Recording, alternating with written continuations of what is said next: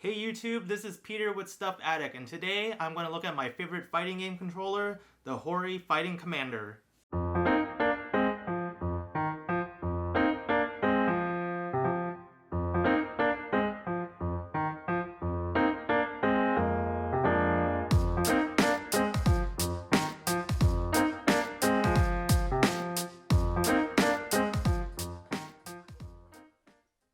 So let's go over the controller real quick. It's obviously the Xbox version of the Commander.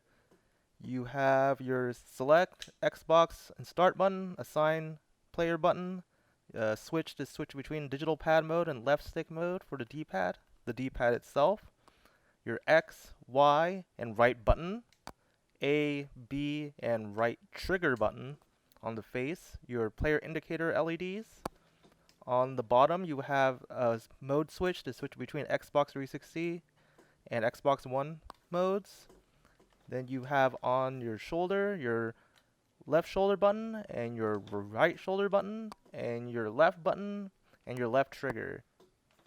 And then on the back, nothing much, pretty simple there. There's also a quick disconnect on the USB cable,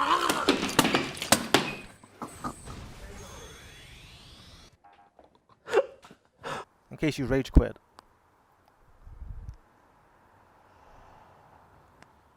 Now the cable itself is pretty long. It's about 10 feet long. It's long because they know fighting game players are going to be playing wired to reduce latency, and you can play from your couch if you're on your Xbox.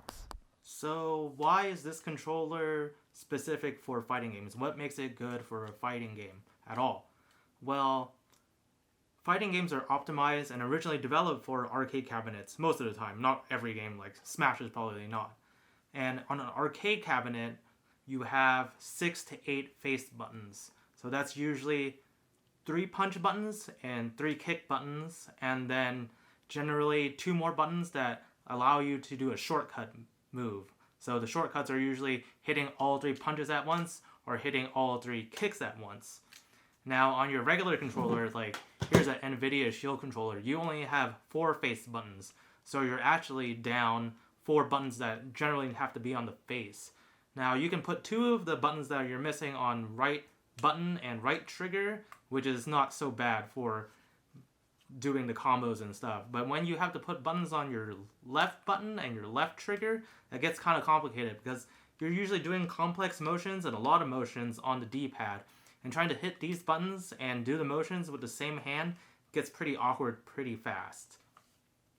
So now you have all 8 buttons on one hand, because you can put the 2 combination buttons, buttons 7 and 8, I'll call them, on your 2 shoulders here. So what they actually did for this controller, they moved the right button and right trigger to these 2 face buttons, and they put the left button and left trigger here, so you can use it all on one side. And there's actually 2 additional shoulder and trigger buttons that are actually not regularly on an Xbox or PlayStation controller. Also have a really good D-pad, because they know you're going to be mostly using the D-pad to play a fighting game like Street Fighter V. So the D-pad's front and center, and there's no left stick at all. You can actually change from digital pad mode to left stick mode in case you're playing a game where you only have left stick control or only have pad control. So you can use your D-pad here as your left stick. Now this D-pad's pretty good. I liken it to the similar quality to the PlayStation controller, and much better than the Xbox 360 controller. I would say it's a little bit better than the PlayStation in terms of durability though, because if you look at the PlayStation D-pad, it has like this kind of rough texture, and if you play fighting games long enough, you'll rub that texture off with your thumb. And then it becomes very slick, but actually very sticky. So it's really hard to slide your thumb across it over time. I've used this controller over a year now, playing Street Fighter V, probably at least an hour every day, and I haven't had any issues with it. Now, how do these 2 right button and right trigger additional buttons on the face work in practice? Well, generally I find them fine. It's pretty easy to hit all of these buttons. You can see that they're really big, and I've never had buttons stick or anything like that, and I've used this, as I said, this gamepad over a year.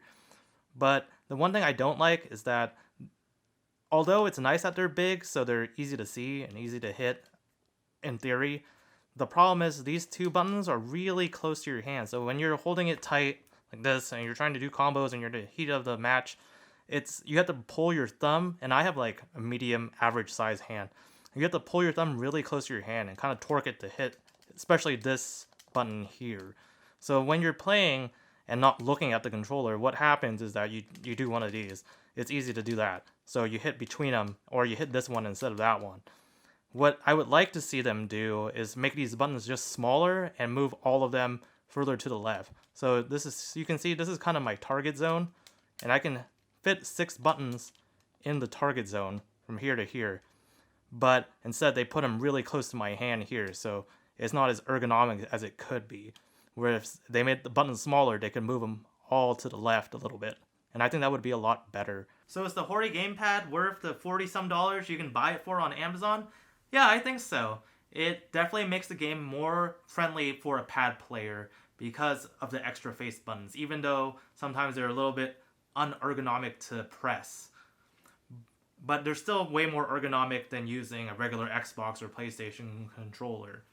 Now, is it better than an arcade stick? I don't know, it depends. The arcade stick and pad are so different, and the way if they change the game mechanics now for a lot of the fighting games to make the inputs more lenient, you don't really need a stick unless you just prefer to use one. And you have to really buy one and try it for yourself to see if you do prefer using it over a controller.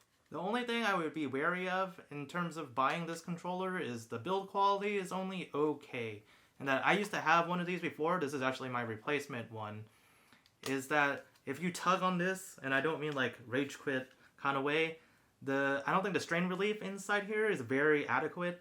So what happens over time is that if you pull it like this, you pick it up off the floor or something, or whatever, take it off the table, is that the soldering between the 4 pins of the USB connector and the PCA that's in here come a little bit loose, and then the controller stops working. I mean, it's probably pretty easy to open up and resolder, but if you don't have that kind of equipment or you're not knowledgeable that way, it's going to cause you to have to buy another controller.